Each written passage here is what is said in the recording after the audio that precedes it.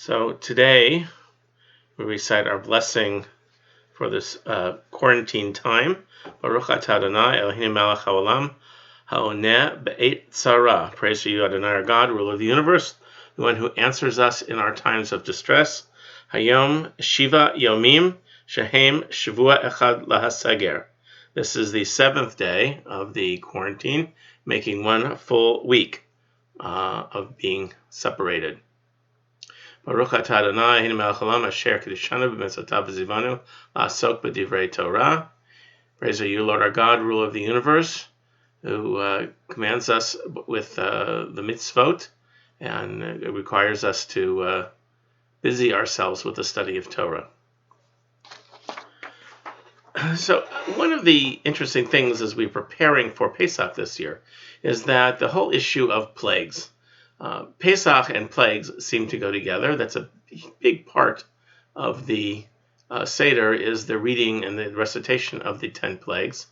And not only that, but it goes on. It's not just 10 plagues, because after all, they say that when they talk about the 10 plagues, they talk about the finger of God. At the Red Sea, there was the whole hand of God. So if each plague is one, and you have 10 plagues, that means that the Red Sea you have 50 plagues. But if you count each single finger as being 5 plagues, right? Well, then you have it builds up in the Haggadah, till there are hundreds and hundreds of plagues that are taking place as part of the redemption of our ancestors from Egypt.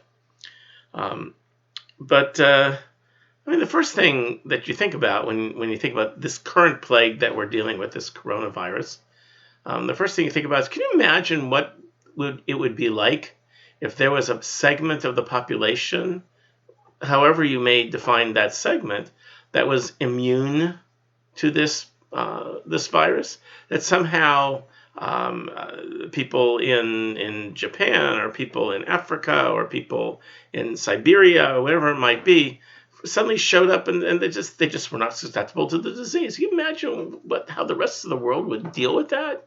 What is it about them that makes them so special? This kind of a thing. Because we know with the plagues that were in Egypt, that they hit the Egyptians very, very hard, and the Jews were unaffected. They weren't affected by these plagues at all. It's interesting because it's not just a coronavirus. Africa, up until very recently, has been really struggling with another plague of locusts, that there are literally swarms and swarms of locusts that are totally devouring the crops of East and North Africa. And it's another whole issue that the scientists are studying, why suddenly there is these major swarms of locusts. And once they start, it's interesting because it's not so easy to get them to stop. Normally, apparently, locusts don't like to congregate together. They don't form swarms. But when there's suddenly a lot of locusts in one particular location, they change somehow until they create these immense swarms. So, I don't know. It's just one of these weird things that are going on this year, where we're seeing plagues of biblical proportions all of a sudden. There is, interestingly, we were just discussing this today, that apparently there seems to be a group of people who aren't subject to this COVID-19 virus. This turned out to be sort of an interesting thing, that the very places that seem to have had a plague of locusts, East Africa and Sub-Saharan Africa, also don't seem to have the amount of COVID-19 that everywhere else in the world seems to be struggling with. And they're kind of trying to ask the question why. And one of the reasons that has come up is that one of the medicines that apparently is taken to help thwart the malaria parasite showed some promise in helping to thwart the SARS virus, which is very closely related to the COVID-19 virus. And they're showing now that little by little, in people who are getting this anti-malarial drug, that if you take it before you have it, it seems to help prevent it. And if you already have it, it seems to lighten the how much it affects you. Again, these are there are no trials. It has not been tried at all, but they are individual cases that have come up, and the early indications are that there seems to be something about this anti-malarial drug that seems to interfere with the way the coronavirus works. So it's interesting. There's an Israeli biotech firm that's suddenly trying to provide tons and tons of these pills. They're going to be sending them free of charge to the United States because that's what Israel does. But it's fascinating to see that that just as we come up on Pesach, there seems to be maybe, possibly, could be some kind of a control on this particular plague that we're suffering from these days.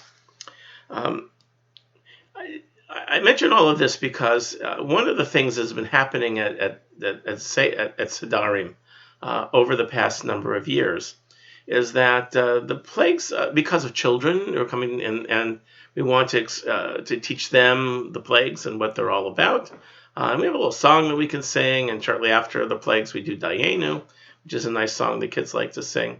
But in order to keep the kids interested, one of the things that we used to that many people would do is they would create plagues one way or another as part of the Seder in order to sort of get the kids interested in it. So if in the plague of frogs, they'd have these little plastic frogs, and they'd throw the frogs all over the place.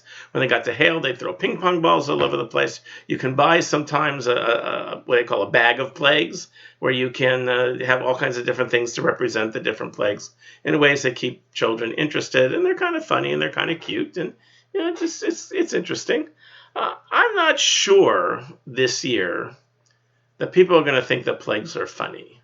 I have a feeling that this year, when we're separated from our families and the kids are not with their grandparents, and there's so much concern about who's spreading this plague to who, and whether young people and older people should actually get together because of issues of social distancing, and the questions about, since younger people don't seem to get it as severely as older people do, that there's this sort of divide happening.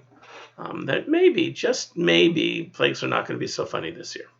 And it's a reminder, that when we do the plagues, and we can play around with them all we want, but when we do the plagues, we take a cup of wine, and we dip a finger or a spoon into it, and withdraw drops of wine, one for each plague.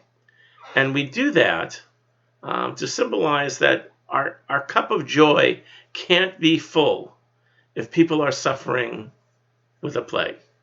And we feel their pain, and our own joy is diminished because they're suffering.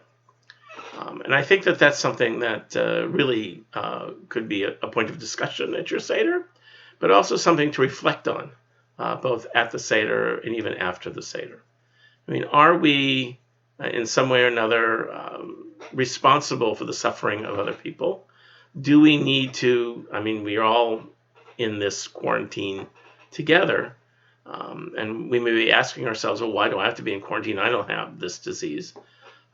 But we're all responsible for trying to stop its spread. So by all of us suffering a little bit, we might be able to ease the great suffering a lot. And that's a piece of what our Pesach is all about. So with that, wish you have a great day.